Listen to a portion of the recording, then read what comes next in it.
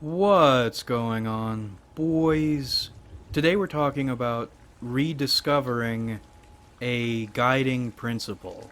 The last few weeks have had me pretty fucked up, and I haven't been sure what to do about it. I think what we've been trying to do for the longest time is form a golden core in ourselves. We exist in hell, and we aren't supposed to be able to fix everything. So even though we might try, it's ultimately pointless, and because it's pointless, it's demoralizing. Yet, the goal in hell, and maybe while trying to fix things, seems to be developing ourselves into a core. Or, in other words, developing our spirits to the point this realm of existence ceases to matter. We're already well and proper primed, our spirits are, for whatever the next realm holds.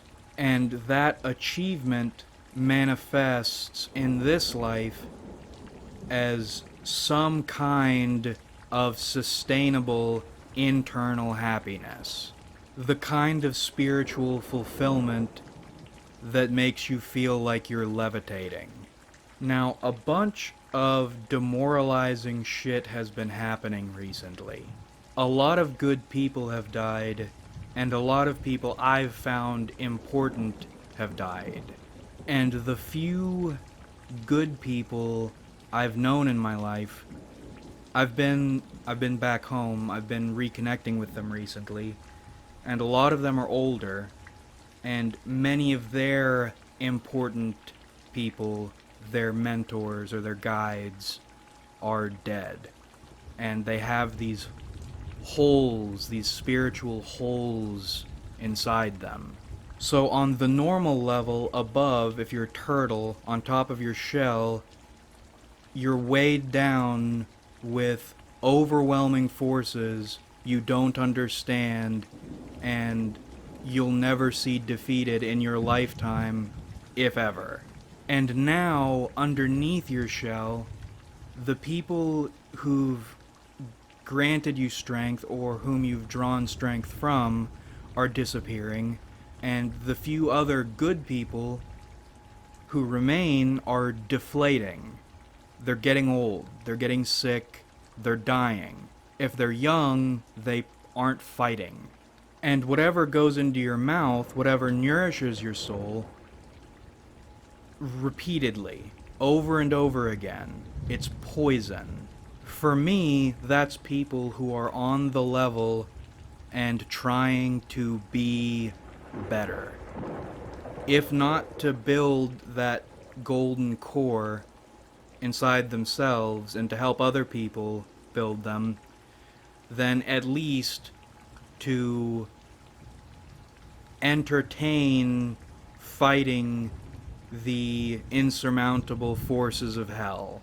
And when I find potential candidates who might not inherently be that way, but might have some kind of a spark in them, and I try to uplift them, which is an arrogant thing to do, it doesn't work, and you still end up with food poisoning. So in the end, at least right now, you're this turtle with more and more on top of you and less beneath you. And before, I've used the word delivery system, becoming a better delivery system. If there aren't many people of the sort you're looking for, that's your fault. And you must become a better delivery system so you can uplift them to where you want them to be. If they have that potential in them, if that's where they want to be, it's your fault they aren't. So, for the last while, I've been in a weird limbo state. Because it's all my fault, if I punch myself enough and force my face through gravel, eventually I'll become good enough, I'll be able to develop something that will get results on the dealing with evil front, and to develop myself enough, I'll be able to develop the people I'm looking for. But it's not happening. Every time I punch myself, metaphorically, I don't stand up straighter or get stronger. If anything, I sink lower. And there are infinite paths to seek that sort of internal fulfillment. But in my mind, even now, there seem to be only two primary ones. Either you're so in touch with righteousness and so unaffected by the realities of hell, you can will your way to fulfillment. Or you're so conscious of your wretchedness in the face of righteousness, you can dig through the awfulness to reach fulfillment. Now, I'm fixated on and in admiration of the former, but I fall into the latter.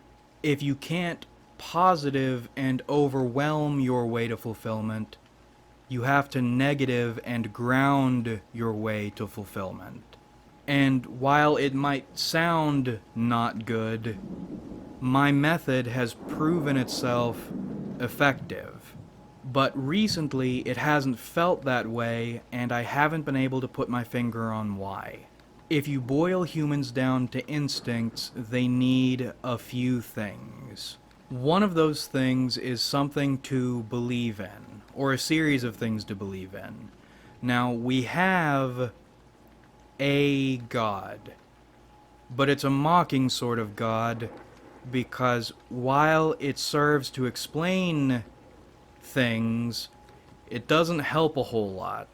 It doesn't promise anything, and it doesn't give you answers. It doesn't give you direct direction or results.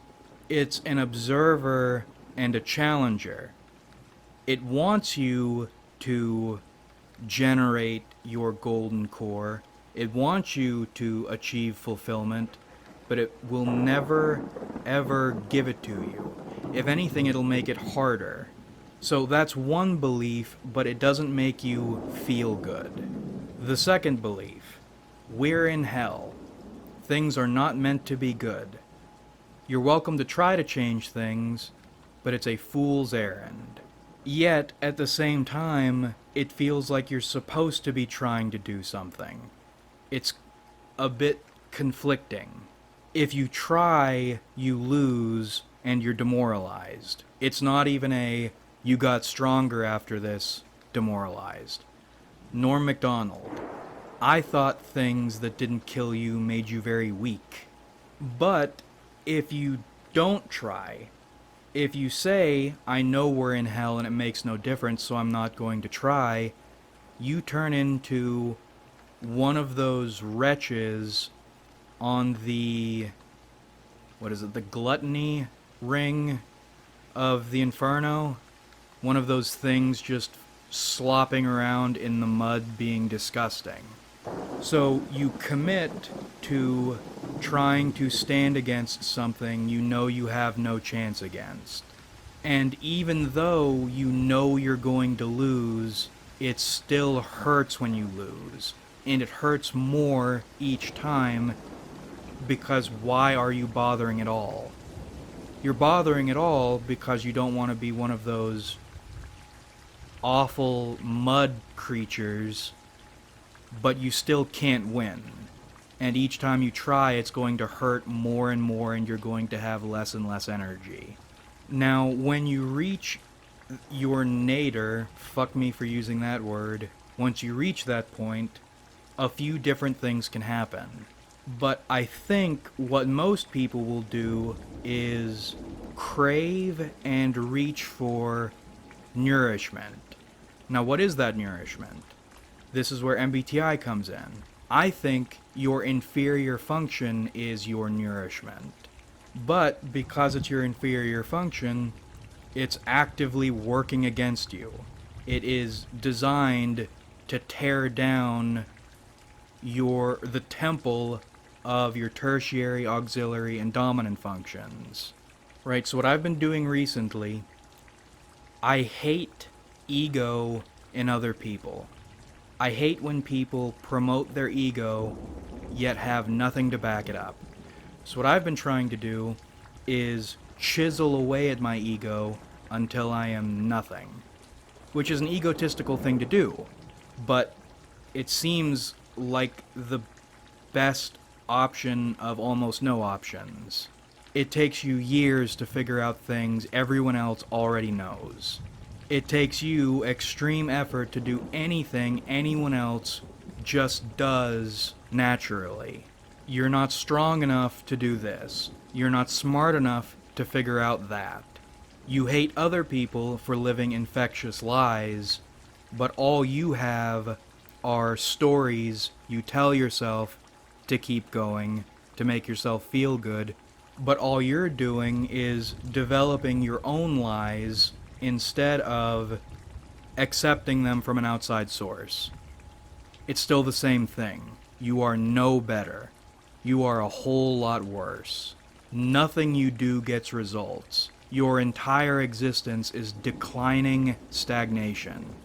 You are no better than anyone, and you're stupid for even entertaining the idea you might be. And normally that thinking would get me off the ground, but recently it hasn't. It's been dragging me a lot lower, a lot faster. And I've been analyzing why that might be. It's because deep inside, I do think I'm better than everyone else. That previous thinking might sound like self-hatred. It isn't. In my core, I love myself more than I love anyone else on the planet. But I've been trying to convince myself I don't. I've been trying to convince myself that I'm worse than everyone on the planet. But inside, I don't believe that. And right now, I'm living in an area, in a culture I don't respect at all. I'm speaking with a lot of people I don't respect at all. And I think it's been eating away at me, trying to give people, demons, mud demons, respect I don't think they deserve, or I think they don't deserve, and trying to put myself beneath them so I can climb above. It's been making me feel worse than empty inside, and I've been practicing not crying. I've been rewatching or rereading things that used to make me cry out of happiness and not doing it, and that repression has been making me more aggressive and actually antagonistic toward people, which is the exact sort of behavior or the sort of traits I despise about people. So to see it manifesting in myself in the ugliest way while trying to be better than it has been rotting me inside. I'm doing all this internal and external work to try to be better, and I'm not above even this classification of creature. Really? Nothing was venting the building pressure inside, but then there was a liberation, a rediscovery of the guiding principle. A guiding principle, not the guiding principle. Two sayings. One from the great prophet. I don't care if you made a deal with God to get half the world. You're not me. And another from Vegeta, the pocket prophet. I'm stronger than you because I'm a Saiyan and you're not. And those two sayings led me into two connected concepts. I'm better than you, and you'll never be me. I encourage you to try saying those things and letting yourself enjoy them.